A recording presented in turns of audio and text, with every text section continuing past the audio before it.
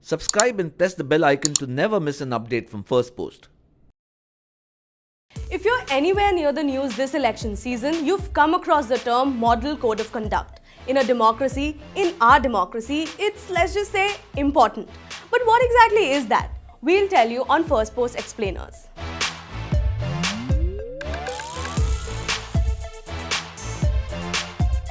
The Model Code of Conduct, or MCC, is a set of do's and don'ts that political parties, candidates and party workers have to follow until the votes are counted. The MCC comes into force from the date the election schedule is announced until the date that results are out. These guidelines deal with the general conduct of candidates, meetings, processions organized by political parties, polling day, polling booths, manifestos, announcements and so on. The basic idea? To provide a fair and clash-free election process. Do we remain clash-free though? We'll come to that bit soon. First, here are the major provisions of the MCC. 1. General conduct. Essentially, to behave yourself and not lose it because it's election time and kuch bhi chalega.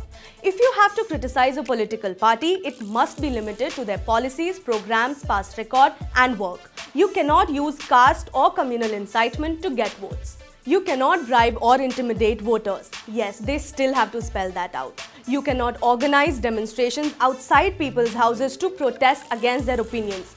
People do that, meetings. Parties must inform the local police authorities of the venue and time of any meeting in advance so that the police can make adequate security arrangements. Processions. If 2 or more candidates plan processions along the same route, organizers must ensure that the processions do not clash. Carrying and burning effigies representing members of other political parties is not allowed. Polling day. All authorized party workers at polling booths should be given identity badges which should not contain the party name, symbol or name of the candidate. Polling booths. Only voters and those with a valid pass from the Election Commission will be allowed to enter polling booths. Observers. The Election Commission will appoint observers to whom any candidates may report problems regarding the conduct of the election. Party in power. This one's aimed at regulating the conduct of the party in power. Example, ministers must not combine official visits with election work or use official machinery for it. The party cannot advertise at the cost of the public exchequer or using official mass media for publicity on their achievements. Basically, if you want to promote yourself, use your money. And finally, election manifestos. This prohibits parties from making promises that exert an undue influence on voters. Basically, if you cannot explain how you're going to fulfill that promise, best not to make it. Bottom line, don't mislead. To give you some context, it has been barely a week since the MCC for Lok Sabha elections 2019 came into effect, and already we have a few violations to talk about.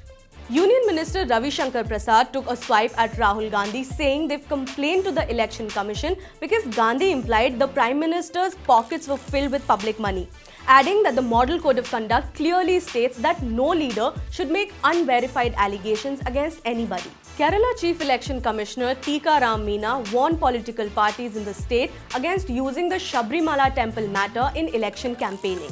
The Election Commission issued notices to BJP MP Ramcharan Bora and Congress leader Sunil Sharma for using pictures of defence personnel in their election campaign in Jaipur. The EC also directed Facebook to delete 2 posts shared by BJP MLA from Delhi Om Prakash Sharma because they were election posters that used IAF Wing Commander Abhinandan Vardhaman's image. Now, as good as all those guidelines we mentioned earlier sound, one of the biggest challenges is that they're not legally binding. Yeah, that's a bummer. The following of these guidelines is completely voluntary. If one fails to adhere to them, the EC uses moral sanction or censure for its enforcement. They basically scold you for being a bad boy. The Election Commission of India can issue a notice to a politician or a party basis a complaint. Once a notice is issued, the person or party must reply in writing, either accepting fault and tendering an unconditional apology or rebutting the allegation. So then, if nothing is going to happen after violating these guidelines, why must you and I and politicians care about this Model Code of Conduct? While the MCC is not legally enforceable, certain parts of the code can be legally enforced by invoking relevant provisions of the IPC, CRPC and the Representation of the People Act 1951. For example, the Uttar Pradesh police recently took Bhim Army Chief Chandrasekhar Azad and his supporters into custody after they allegedly violated the MCC by using more than a stipulated number of motorcycles in a political rally in Saharanpur district. So amid all of this, where do you, beyond watching this video, come into picture? You can help the Election Commission identify these violations by reporting them.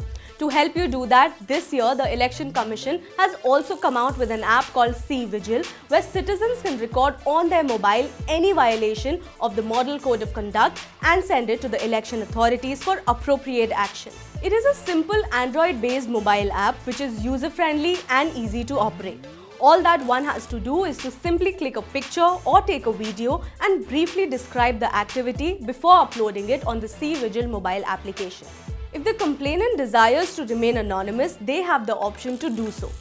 With the election season having officially begun, the 2019 Lok Sabha polls and the Code of Conduct monitoring is also crucial with respect to social media activity. This is relatively a new area of concern and caution, and one can clearly see its need reflected in the EC guidelines this year, where specific attention was given to monitoring poll behavior on all social media platforms. For example, the Election Commission said that all candidates will have to submit details of their social media accounts and that all political advertisements on social media will require prior certification. Special media certification and monitoring committees have been constituted in all states and districts to counter paid news and media-related violations. A social domain media expert has also been included on these committees. Chief Election Commissioner Sunil Arora said that social media platforms have appointed grievance officers to take prompt action against objectionable content posted on their sites to counter fake news and hate speeches. As we approach D-Day for 2019 Lok Sabha polls, the monitoring is going to get more stringent and by past records, the violations more frequent. In such a case, amid all the election noise, it might be a good idea for us to take some time out for verification before we believe our WhatsApp forwards, to not form opinions based on primetime debates, and to stay an alert participant in this most crucial event of democracy.